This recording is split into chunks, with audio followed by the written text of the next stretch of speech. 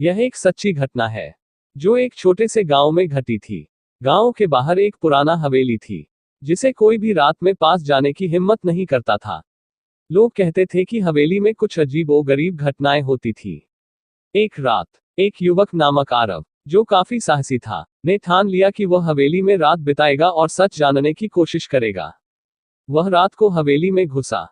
अंधेरे में चुपचाप चलने के बाद उसने एक पुराने कमरे में एक पुरानी पियानो की आवाज सुनी। जैसे ही उसने पियानो की ओर कदम बढ़ाए, कमरे का दरवाजा अपने आप बंद हो गया। अचानक कमरे में एक ठंडी हवा चलने लगी और कमरे की बत्तियां एक एक कर बुझने लगी।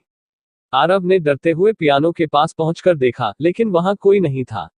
अचानक एक बेहद डरावनी आवाज सुनाई दी, तुमने मुझे क्यों जगाया? आरव ने पलटकर देखा तो कमरे के एक कोने में एक सफेद साड़ी पहने हुए महिला खड़ी थी, जिसका चेहरा पूरी तरह से सफेद था और आंखों में अजीब सी चमक थी।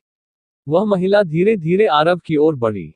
आरव ने डरते हुए भागने की कोशिश की, लेकिन वह महिला उसके पीछे लग गई। उस रात के बाद आरव कभी भी उस हवेली के पास नहीं गया। वह घटना उसके लिए हमेशा एक रहस्य बनी रही। गांव वाले अब भी उस हवेली से डरते हैं, क्योंकि लोग मानते हैं कि वह महिला एक पुराने समय की आत्मा है जो अब भी हवेली में बसी हुई है।